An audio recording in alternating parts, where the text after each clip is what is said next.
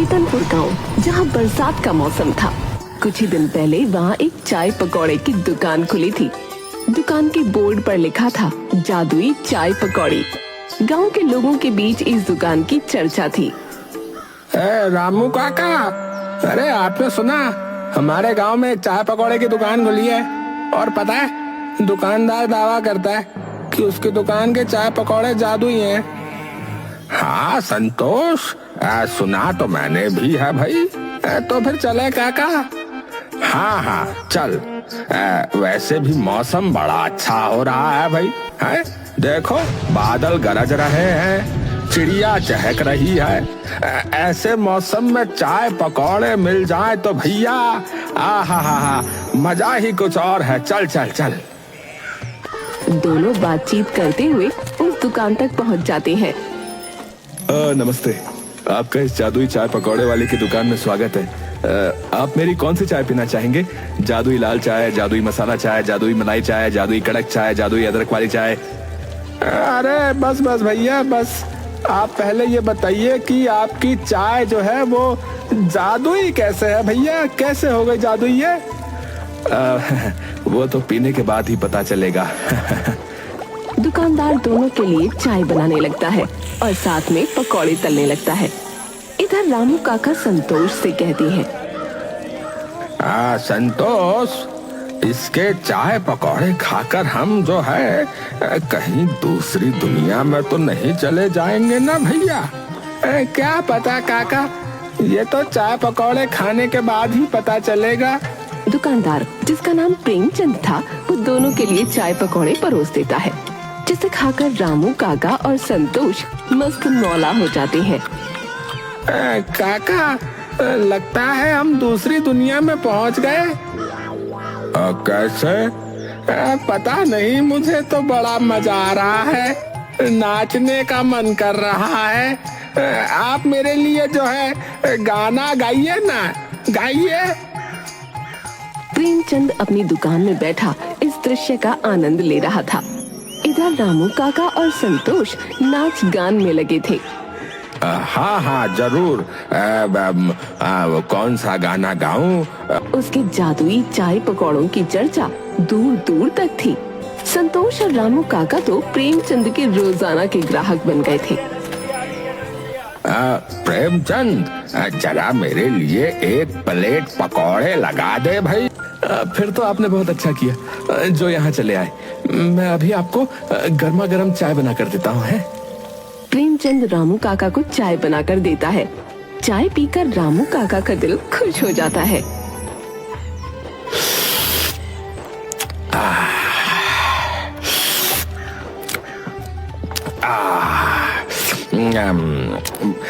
भाई प्रेमचंद, एक बात बता, आखिर तो चाय में जो है ऐसा क्या मिलाता है रे, जो तेरी चाय पीते ही सारी टेंशन खत्म हो जाती है और जो दिल है वो बिल्कुल खुश हो जाता है? कुछ खास नहीं रामू काका, बस आप सबका आशीर्वाद है।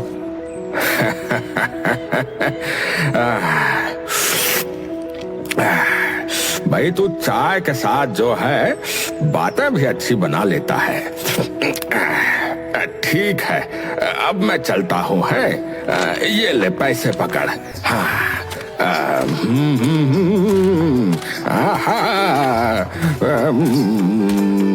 दिलो जान कुर्बान। दुखी आए रामू काका चाय पीने के बाद खुशी खुशी गुनगुनाते हुए वहाँ से चल देते हैं।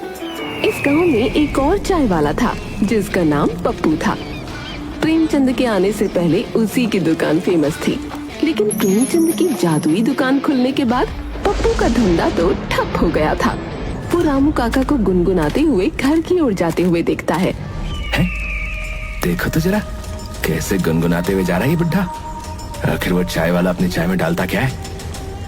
एक एक करके उसने मेरे सारे ग्राहक छीन लिए, और ये बुड्ढा, इसने तो मेरी दुकान पर आना ही छोड़ दिया। सबसे गिन गिन कर बदला लेगा ये पप्पू। हाँ, की बात तो सच थी कि पप्पू की दुकान चलनी अब बंद हो गई थी, और कहीं न कहीं ये बात भी सच थी कि इसका कारण प्रेमचंद ही था। पप्पू प्रेमचंद पर नजर रखता है। वो सुबह 4 बजे ही पप्पू की दुकान के पीछे जाकर खड़ा हो जाता है। अब देखता हूँ ये चाय वाला पप्पू की नजर से कैसे बचेगा।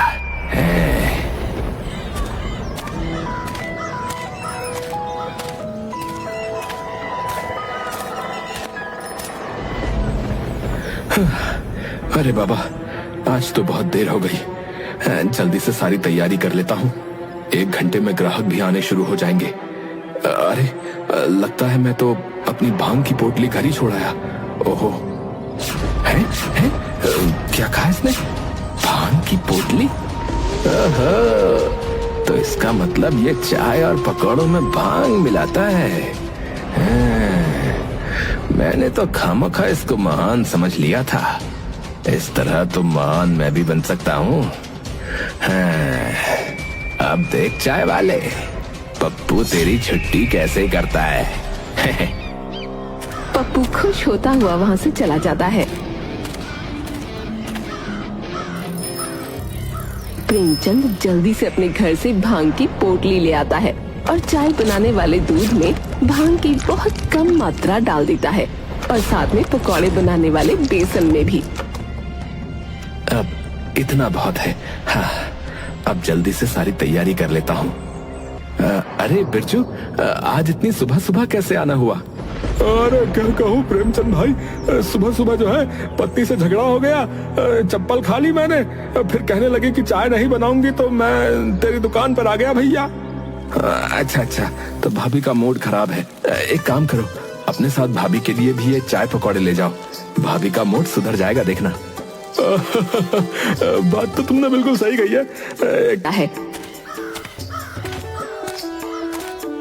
बिरजू घर पहुंचता है तो उसकी पत्नी गुस्से में कहती है, आ गए? किसने कहा था वापस आने के लिए? जब तक तुम मेरे लिए बगल वाली विमला की तरह कानों के झुमके खरीद कर नहीं ला देते, तब तक इस घर में कदम रखने की कोई जरूरत नहीं है।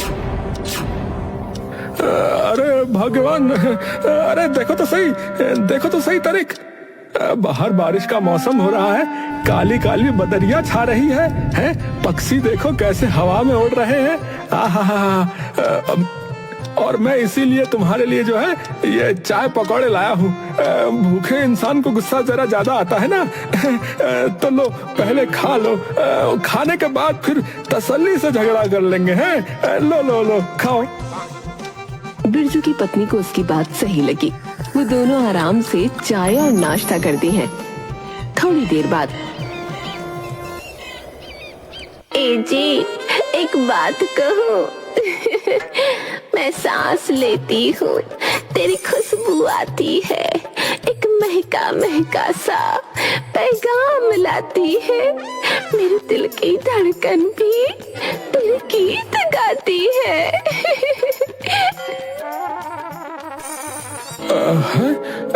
चुमकी, क्या तुम्हें बगल वाली बिमला की तरह झुमके नहीं चाहिए क्या?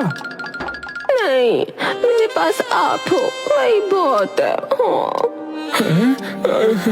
ये प्रेमचंद के चाय पकौड़े तो बहुत काम की चीज है भैया। बच गया इनकी वजह से आज। दूसरी तरफ पप्पू जो सुनकर गया था कि प्रेमचंद अपने चाय पकौड़ों में भांग डालता है, वो भी मार्केट से भांग खरीद कर ले आता है और अपने चाय बनाने वाले दूध में और पकौड़ों के बेसन में डाल देता है। मुझे लगता है कि इतना भांग कम होगा। इतने में तो किसी को कोई फर्क नहीं पड़ेगा। थोड़ा और डाल देता हूँ। थोड़ा और डाल ही देता हूँ। थोड़ा सा और डाल देता हूँ। थोड़ा सा और। ठीक है, बस इतना बहुत होगा। अब देखता हूँ लोग कैसे मेरी दुकान पर नहीं आते। प्रेमचंद किन किन कर बदला लेगा ये पप्पू दत्त से। हाँ। पप्पू अपनी दुकान लगाता है और ग्राहकों को आवाज लगा लगा कर बुलाने लगता है। अरे आओ भाई साहब आओ। अरे बहन जी आओ। अरे मेरे मस्त मस्त चाय पकौड़े खाओ। मेरी दुकान के चाय पकौड़े खा लिए तो उस प्रेमचंद के चाय पकौड़े हमेशा के लिए भूल जाओगे। अरे भैया आओ, अरे अरे दादा, अरे अरे भैया, अरे आ तो सही। हैं? अरे पप्पू, तू अपनी बराबरी कर भी रहा है तो उस जादुई चाय वाले से भाई। तुझे पता भी है उसके चाय पकौड़े में जो है जादू है भैया, जादू। हाँ, बड़ा जादू है। जादू के नाम पे भांग डाल देता है। क्या कहा तूने? भांग? नहीं नहीं, मैंने ऐसा कब कहा? आप एक बार स्वाद तो चखिए, अगर पसंद नहीं आया तो पैसे नहीं दीजिएगा। हाँ अच्छा, पैसे नहीं दूंगा, ठीक है। अगर ऐसा है तो ला एक कप चाय पिला और जरा जो है एक कप प्लेट जो है पकौड़े भी लगा देना। अच्छा अभी लगाता हूँ। अब देखता हूँ वो चाय वाला प्रेमचंद मेरी बराबरी कैसे करता है। ये लीजिए आपकी चाय और ये एक प्लेट पकौड़े।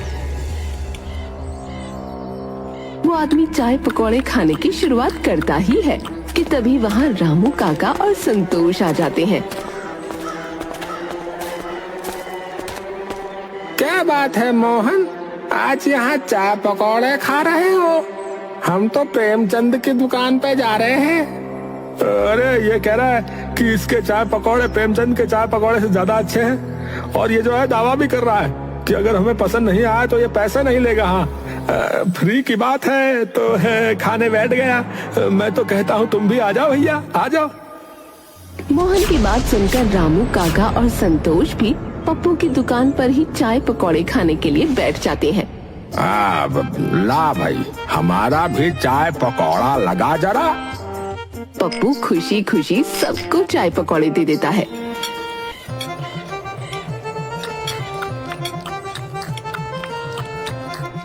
बातें करते करते वो तीनों सब खत्म कर देते हैं।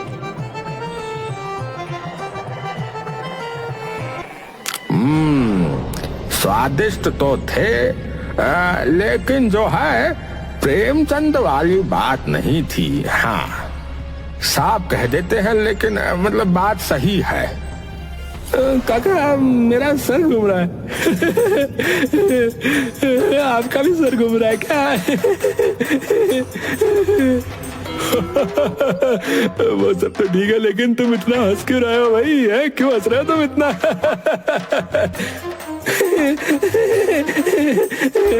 अरे हंस तो तुम भी रहे हो। अरे कितने जोर से हंस रहे हो तुम? अरे तुम दोनों को क्या हो गया है भाई? है? अरे तुम दोनों को देखकर जो है अरे मुझे भी हंसी आ रही है भैया। तीनों ठहाके लगा लगा कर हंसने लगते हैं। ये सब देखकर पप्पू थोड़ा घबरा जाता है। ये सब क्या हो रहा है? ये तीनों इतनी बुरी तरह से हंस क्यों रहे हैं? तुम तीनों यहाँ ड्रामे मत करो, बता रहा हूँ। मेरे पैसे दो और जाओ यहाँ से। हाँ, क्या कहा तुमने? पैसे? पैसे मांग रहे हैं रामू काका? पैसे? कैसे पैसे? अरे हमें तेरे चाय पकौड़े बिल्कुल अच्छे नहीं लगे। ऊपर से तूने हमें पता नहीं क्या खिला दिया है। हमें इतनी हंसी क्यों आ रही है रामू काका? ए मोहनवा, काहे हंसी आ रही है रे? तू ही बता पप्पू, क्यों हंसी आ रही है हमको इतनी? बता ना। घबरा कर किसी तरह पप्पू तीनों को उनके घर छोड़कर आता है।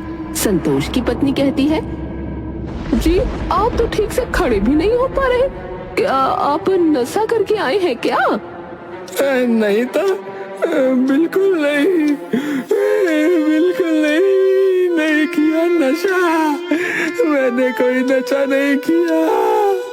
वो तो हमने पप्पू की दुकान से चाय और पकोड़े खाए थे, कोई नशा नहीं किया।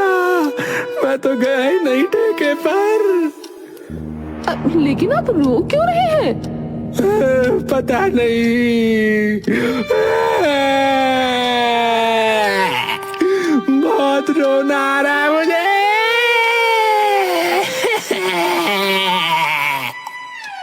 अच्छा, बताइए आपके साथ और कौन था? मोहन और रामू काका भी थे।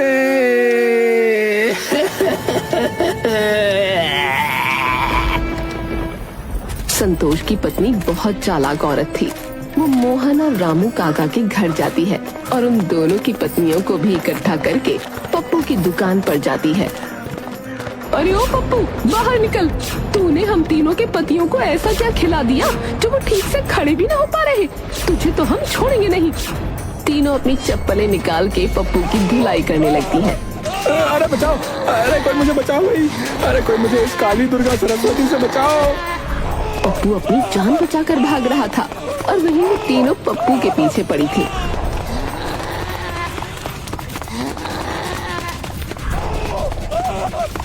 पप्पू भागता हुआ प्रेमचंद की दुकान पर पहुंचा। प्रेमचंद भाई मुझे इन तीनों औरतों से बचा लो। अरे लेकिन हुआ क्या ये तो बताओ। अरे जिंदा रहूंगा तो सब बता दूंगा, पहले मुझे इन तीनों औरतों से बचा लो भैया। अरे अरे रुकिए रुकिए, आप तीनों इतने गुस्से में क्यों हैं? पप्पू का बच्चा कहाँ है? उसने हमारे पतियों को पता नहीं चाय पकौड़े में क्या मिलाकर खिला दिया है। हमारे पति ठीक से खड़े भी ना हो पा रहे, कभी रो रहे हैं, कभी हंस रहे हैं। गुस्सा आ रहा है तो तोड़ फोड़ मचा रहे हैं। शांत हो जाइए, मैं उनको समझा दूंगा। मैं देखता हूँ आखिर बात क्या है। अपना दिमाग जो है ठंडा करके वापस घर लौट जाइए, ठीक है? कल सुबह तक रामू काका, मोहन और संतोष जो है वो तीनों ठीक हो जाएंगे, ठीक है? अच्छा। प्रेमचंद उन तीनों औरतों को शांत करता है, फिर उनके जाने की बात पप्पू से कहता है। अरे पप्पू, सच सच बताओ, आखिर तुमने चाय में ऐसा क्या मिला दिया? अरे वही जो तुम मिलाते हो यार, भांग। तुम्हें किसने बताया? अरे मैंने उस दिन सुबह तुम्हारी बातें सुन ली थी, जब तुम सुबह भांग की बोतलें लेना घर से भूल गए थे, उसी दिन की बात है। अच्छा, तो तुमने मेरी नकल की। अरे तुम्हें पता भी है मैं ऐसा क्यों करता हूँ? है पता भी है तुम्हें? मैं साधारण तरीके से चाय और पकौड़े की टपरी अपने गांव में लगाया करता था यार, लेकिन मुझ पर चोरी का इल्जाम लगाकर गांव वालों ने मुझे गांव से निकाल दिया। मेरा विश्वास कीजिए, मैं चोर नहीं हूँ, मेरा विश्वास कीजिए। मुखिया जी आप तो समझिए, मैं ईमानदारी से अपना काम करता हूँ। अरे सारे गांव वाले क्या झूठ बोल रहे हैं फिर? हैं? मैं कहता हूँ मेरे गांव से निकल जा, अभी क्या अभी। लेकिन मुखिया जी, इस बरसात के मौसम में देखिए ना, मैं अपने परिवार को लेकर कहाँ जाऊंगा? पापा अब हम कहाँ जाएंगे? अब आप अपनी दुकान कहाँ खोलेंगे? क्या अब हम सब भूखे मर जाएंगे पापा? बेटी की बात सुनकर प्रेमचंद की आंखों में आंसू आ जाते हैं, पर वो अपने आंसू छुपाते हुए अपनी बच्ची से कहता है। नहीं मेरी बच्ची, ऐसा कुछ नहीं होगा। तेरे पिता बहुत मेहनत करेंगे बिटिया, और किसी चीज की कोई कमी नहीं होने देंगे। बरसात के मौसम में मेरा परिवार बेघर हो गया था। पूरी रात मेरे परिवार ने जंगल में बिताई थी। मैं आज भी वो रात याद नहीं करना चाहता। बहुत मुश्किल की घड़ी थी वो मेरे परिवार के लिए। सुबह में जब अपने परिवार के लिए खाने की तलाश में निकला था, तो मुझे वहां पर एक बाबा मिले। बाबा मेरा परिवार रोड पर आ गया है बाबा। मुझे उस गलती की सजा मिल रही है जो गलती मैंने की नहीं। बाबा मेरी मदद कीजिए बाबा जी।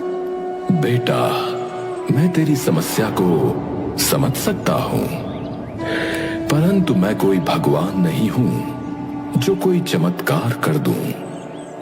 हाँ, परंतु मैं तुझे एक भभूति देता हूँ।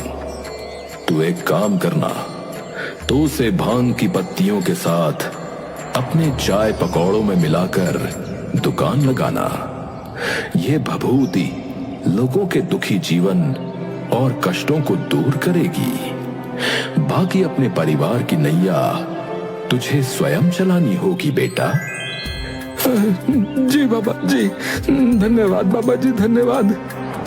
मैंने उन बाबा जी से मात्र मदद मांगी थी। मैं नहीं जानता कि वो मेरे बारे में इतना सब कुछ पहले से कैसे जानते थे, परंतु उनकी बातों से मुझ में बहुत आत्मविश्वास आया। मैं अपने परिवार को लेकर फिर इस गांव में आ गया और अपनी सारी जमा पूंजी इस दुकान में लगा दी। बस यही राज है मेरा। तेरी कहानी तो बहुत तेरी कहानी सुनकर बहुत दुख हुआ दोस्त। मुझे साथ ही माफ भी कर देना दोस्त। मैंने बिना तुम्हारे बारे में जाने तुम्हें गलत समझा। उस भभूति को भांग के साथ इस्तेमाल करना था, इसलिए मैं उसे भांग कहता था और तुमने गलत समझ लिया। अरे तो मैं भी क्या करता, तुम अच्छे से जानते हो तुम्हारी वजह से मेरी दुकान बिल्कुल ठप हो गई है। मेरा भी तो परिवार है ना, मैं भी अपने परिवार में इकलौता कमाने वाला हूं। अब मैं समझता हूं दोस्त, क्यों ना ऐसा करें कि हम दोनों साथ मिलकर काम करें। बदले में तुम ये मेरा राज किसी को भी मत बताना। बाकी हमें जो भी मुनाफा होगा हम ईमानदारी से आधा आधा बांट लेंगे। पप्पू प्रेमचंद के सौदे से बहुत खुश होता है और अब वो दोनों पार्टनरशिप में दुकान चलाने लगते हैं। और ये राज कि प्रेमचंद अपने पकौड़े और चाय में क्या मिलाता है, राज ही रह जाता है। पूरे गांव के लोग अभी भी उनकी दुकान पर आते हैं, जादुई चाय पकौड़ों का लुत्फ उठाते हैं।